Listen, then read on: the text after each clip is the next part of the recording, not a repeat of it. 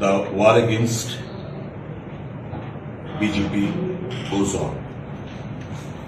একটা লড়াই আমরা হেরেছি ঠিকই, কিন্তু স্বৈরাচারী ব্যবস্থাপনার বিরুদ্ধে লড়াই আমাদের জারি থাকে। কেন হারলাম? রেজাল্ট, তার স্ট্যাটিস্টিক্স প্রত্যেকটি ভোটারের কাছে আছে, প্রত্যেকটি ক্ষমতাবোধকের কাছে আছে। তারা ইতিমধ্যেই কেন 60% ভোট পাওয়া সত্ত্বেও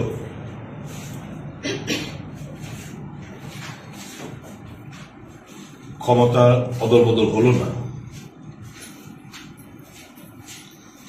স্ট্যাটিস্টিক্স এবং রেজাল্টই বলে দিচ্ছে। ত্রিপুরা ইতিহাসে টেরিটোরিয়াল কাউন্সিল পুনরাজ্যের মর্যাদা পাওয়ার পর যতগুলো নির্বাচন হয়েছে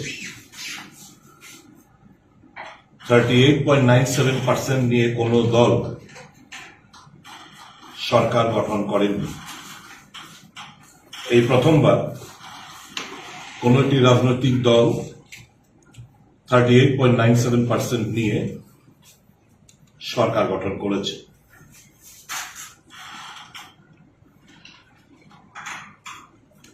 ইতিপূর্বে যখন কংগ্রেস জোট লড়াই করেছিল বামপন্থীদের বিরুদ্ধে, আমাদের ভোট শেয়ার 46% থাকা সত্ত্বেও আমরা কখনো 10টা, কখনো 11টা, কখনো 19টা আসন আমরা জয়লাভ করি।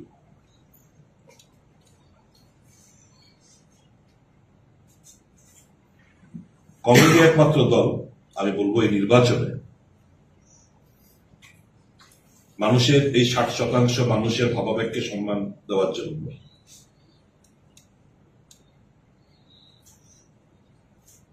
তারা প্রচন্ড স্যাক্রিফাইস করেছে।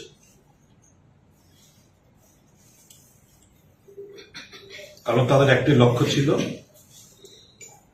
এই স্বৈরাচারী ব্যবস্থাপনা রীতিটা। অনেক রাজনৈতিক দল কিংবা ইন্ডিভিজুয়াল ভিন্ন মত থাকতে পারে, এজেন্ডা থাকতে পারে। কেউ এজেন্ডা হয়তোবা ছিল একাই সরকার গঠন করে নেব, কেউ এজেন্ডা হয়তোবা ছিল কিং মেকারের ভূমিকা অবতীর্ণ হোক। যখন কোনো মহৎ কাজে কোনো এজেন্ডা থাকে তখন সেই মহৎ কাজটা সিদ্ধি করা যায় না।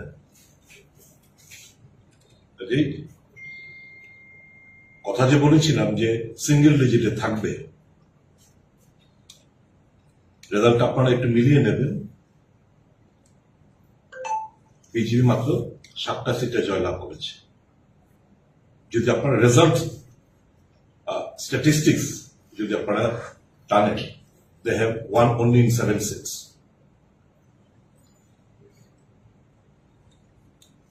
অধিকাংশ সিটে ভোট কাটাকাটির প্রেক্ষিতে যারা বিরোধী দল হিসেবে ভাজপার বিরুদ্ধে লড়াই করেছে, তাদের পার্সোনাল এজেন্ডার প্রেক্ষিতেই মানুষের যে প্রত্যাশা, সেই প্রত্যাশা পূরণ হয়নি বলে এই রেজাল্টটি বলে দিচ্ছে। আমি রেজাল্ট নিয়ে অনেক কিছু বলার রয়েছে, কিন্তু আমি বলবো না এই কারণে, যেহেতু যুদ্ধটা হেরে গেছি, এটাকে রিওয়াইন্ড করা যাবে না। গত মাসের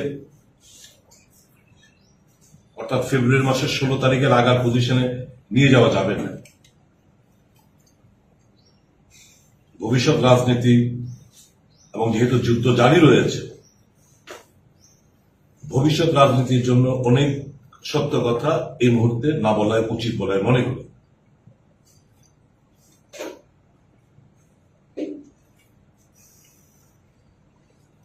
কংগ্রেস দল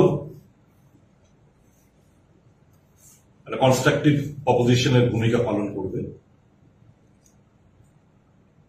মানুষ, আমি নির্দ্বিধায় বলতে পারি, মানুষ এই সমঝোতাটাকে খুব স্বল্প সময়ের মধ্যে হলেও এই সমঝোতাটাকে, সিট অ্যাডজাস্টমেন্টটাকে মেনে নিয়েছে। এটা আমাদের সাফল্য।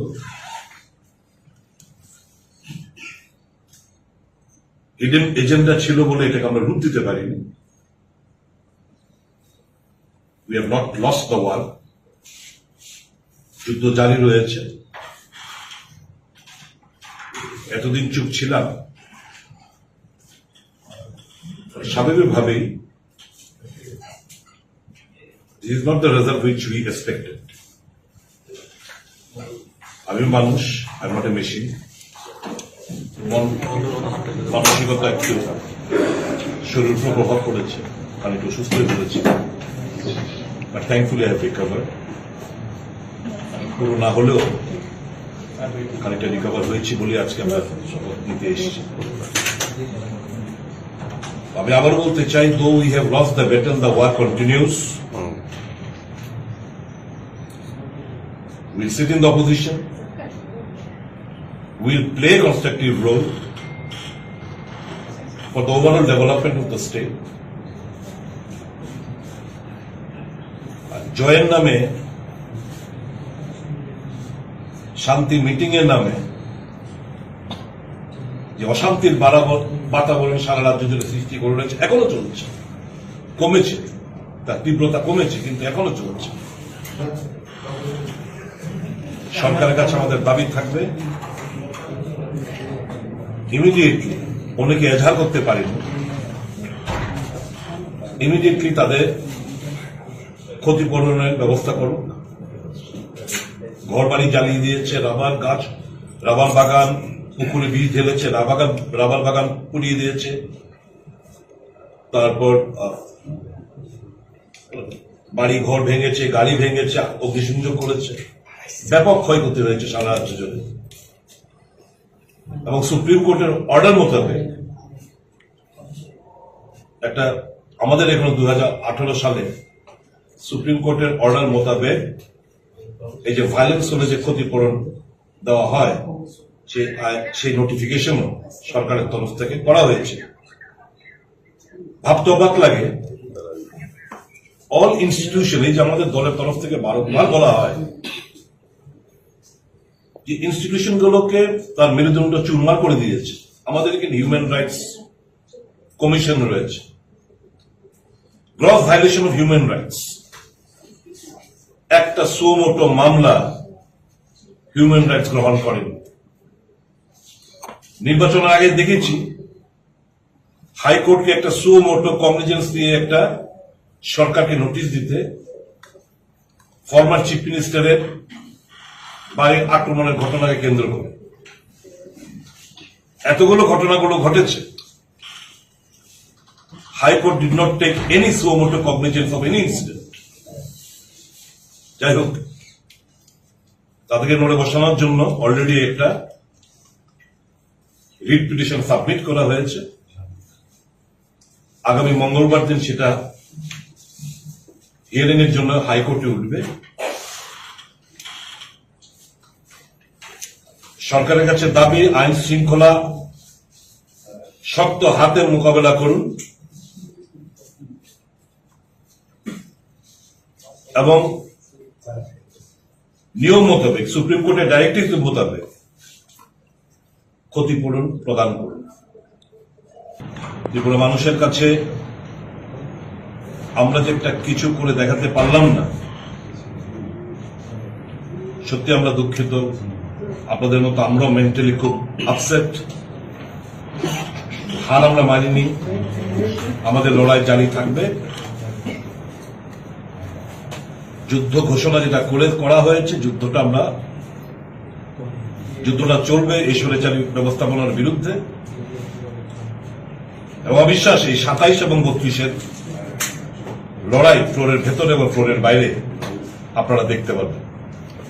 নির্বাচনের আগে আপনাকে বলতে শোনা গেছে যে আপনি রিটায়ারমেন্টে যাবেন যদি সরকার প্রতিষ্ঠিত না হতে পারে। তো সেক্ষেত্রে একটা জনগণের বিষয় ছিল, যেহেতু সরকার প্রতিষ্ঠায় আপনার শব্দগুলো আমার মুখ দিয়ে আপনাকে কেউ টিউটার করলে আপনি আমার বক্তব্যটা শুনে নেবেন। রিটায়ারমেন্টের কথা আমি একেবারে বলিনি।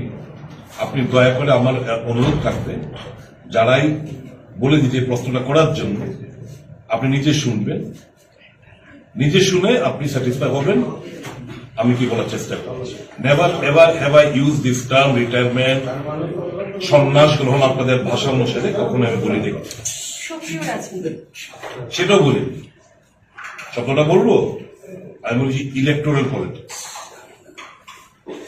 হিডেন এজেন্ডা কাদের মধ্যে ছিল, কাকে বুঝাতে চাইছেন? এটা জনগণ বুঝে। আমি যা এ বিষয়ে বললাম, আমি তো বলবো না, আমি অনেক অপ্রিয় সত্য কথা আমি বলতে চাই না, কারণ যেহেতু লড়াই একটা হেরেছি, যুদ্ধ ঘোষণা আমাদের জারি রয়েছে, আমরা 27 ভার্সেস 32 লড়াইটা বিধানসভার ভেতরে বাইরে আমরা লড়াই করব।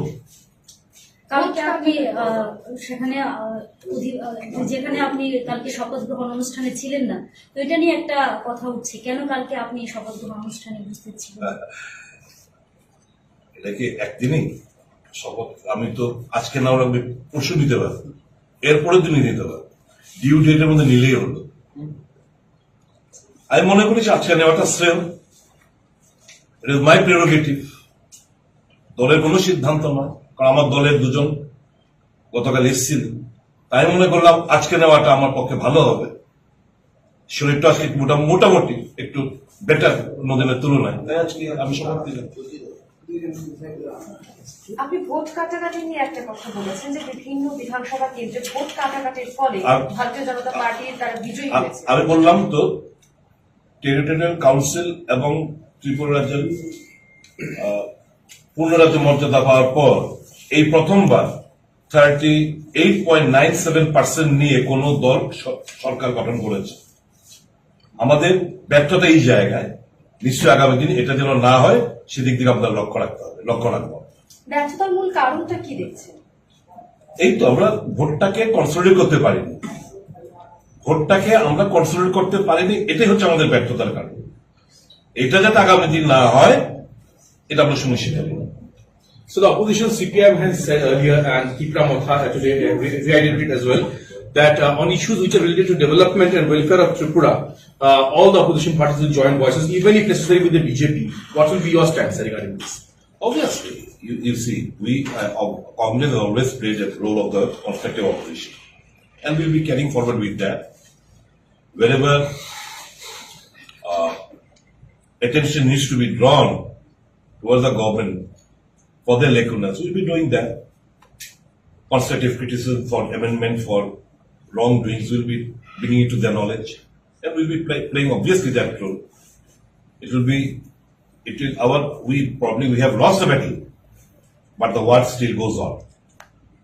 So you said the politics of 27 and 32 or so and so will be seen in the assembly. Absolutely. So basically, will all the opposition parties be coming together on the same platform to raise voices together? Why not? We have already stood for the welfare of the people. So did the CPM, so did Tripura Motha, and so did Congress. We all will join hands for making Tripura stronger. Ek Tripura says to Tripura not only in just dialogue, but it should happen. We'll ensure that.